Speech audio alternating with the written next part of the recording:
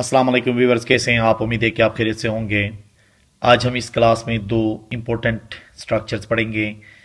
एक है out of nowhere और दूसरा है हमारे पास एट समवन्स इंस्टेंस। ठीक है, इनका इस्तेमाल हम कब करते हैं ये हम तफसीलन इस क्लास के अंदर डिस्कस कर लेंगे। वो तमाम व्यूअर्स जिन्होंने अभी तक चैनल सब्सक्राइब नहीं किया, आप चैनल सब्सक्राइब करके बिल का आइकन दबा लें ताकि हर नोटिफिकेशन आपको आसानी से मिल सके। तो आइए शुरू कर लेते हैं।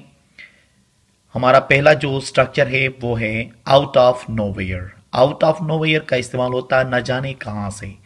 न जाने कहां से, जैसे कि हम उर्दू में बहुत सारे ऐसे जुमले इस्तेमाल करते हैं, जैसे कहते हैं न जाने वो कहां से आ गया, न जाने कहां से बारिश शुरू हो गई। ठीक है, इसका फार्मूला कुछ इस तरह से बनता है। देखें, सेंटेंस, फिर उसके बाद आउट ऑफ नोवेयर, फिर उसके बाद दोबारा सेंटेंस होगा। ठीक है, मतलब डबल सेंटेंसेज हैं, उसके दरमियान में क्या है, आउट ऑफ नोवेयर का इस्तेमाल करना है।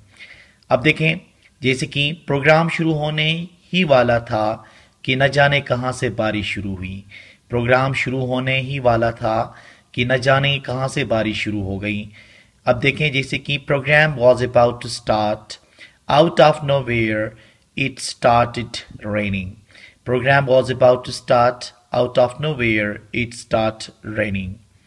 अब इसी तरह देखें, कुछ लोग दुकान से चीजें चोरी कर रहे थे कि न जाने कहां से police I. Some people were stealing things from shop, out of nowhere police came.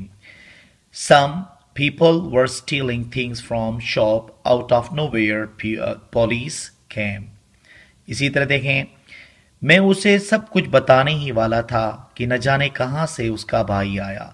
मैं उसे सब कुछ बताने ही वाला था कि न जाने कहां से उसका भाई आया। इसका बनेगा, देखें, I was about to tell him everything, out of nowhere his brother came. I was about to tell him everything, out of nowhere his brother came. तो आउट ऑफ नोवेयर का जो इस्तेमाल है न जाने कहां से के लिए होता है। बाकी देखें, यहां पे भी टेंसेस, यहां पे भी टेंसेस इस्तेमाल होते हैं। तो ये स्ट्रक्चर इस्तेमाल करने के लिए टेंसेस का आना लाजमी है। अगर आप टेंसेस देखना चाहते हैं तो चैनल के प्लेलिस्ट में आप देखें, फोल्डर्स बने हुए हैं टेंसेस के, डायरेक्ट इनडायरेक्ट सब टॉपिक्स के फोल्डर बने हुए हैं, आप वहां से टेंसेस पढ़ सकते हैं। क्योंकि देखें, आउट ऑफ नोवेयर से पहले भी एक टेंस लग रहा है, बाद में भी अगर माजी की बात करोगे तो माजी की बातें होंगी। ठीक है, तो प्रेजेंट की बात करते हो तो प्रेजेंट के टेंस लगेंगे। तो इसलिए इन टेंसेस का आना लाजमी है। टेंसेस आ गए तो यहाँ पे सेंटेंस आप आसानी से इस्तेमाल कर सकते हैं। दूसरा स्ट्रक्चर है at someone's instance. At someone instance, किसी के कहने पे, या ये भी कह सकते हैं कि किसी के जिद करने पे भी आप कह सकते हो। ठीक है, इसका फार्मूला इस तरह से बनेगा। देखें, सेंटेंस, फिर उसके बाद एट समवन्स इंस्टेंस। समवन का मतलब यहाँ पे ये है कि जैसे कि यहाँ पे जो लगेंगे समवन के जगह में पॉजेसिव एडजेक्टिव ज्यादा इस्तेमाल होंगे, जैसे कि माई है, यूर, हीज, हर्स। ठीक है, ऐसे वाले जो प्रोनाउन या एडजेक्टिव जिनको हम कहते हैं वो इस्तेमाल होंगे। जैसे कि देखें, आपके कहने पे मैंने ये कंप्यूटर खरीदा। आपके कहने पे मैंने ये कंप्यूटर खरीदा है। I have bought this computer at your instance. या इसको हम ये भी कह सकते हैं, आपके जिद करने पे मैंने ये कंप्यूटर खरीदा है। इसी तरह से देखें, मेरे कहने पे अब वो इस्लामाबाद जा रहा है। मेरे कहने पे अब वो इस्लामाबाद जा रहा है।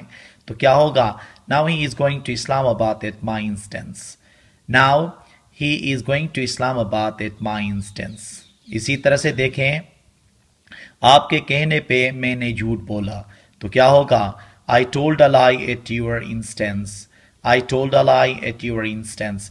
तो एट यूर इंस्टेंस का इस्तेमाल या एट समवन इंस्टेंस का इस्तेमाल किसी के कहने पे होता है। मतलब हम खुद काम नहीं कर रहे होते हैं, बल्कि कोई और अगर हमें कुछ कहता है तो उसकी बात के मुताबिक हम जब काम करते हैं तो उसमें ये ज्यादा इस्तेमाल होता है। इधर भी देखें ना, सेंटेंस इस्तेमाल होता है। तो ये सेंटेंस इस्तेमाल करने के लिए फिर आपको जो टेंसेस हैं उनके बारे में आपको इल्म होना लाजमी है। तो मैंने पहले भी कहा है कि अगर आप टेंसेस या दूसरे जो टॉपिक्स आप कवर करना चाहते हैं तो प्लेलिस्ट में आप चले जाएं, वहाँ पे फोल्डर्स बने हुए हैं, वहाँ से आप आसानी से पढ़ सकते हैं। तो ये था आज हमारा लेक्चर। उम्मीद है कि आपको समझ में आया होगा। Thank you very much.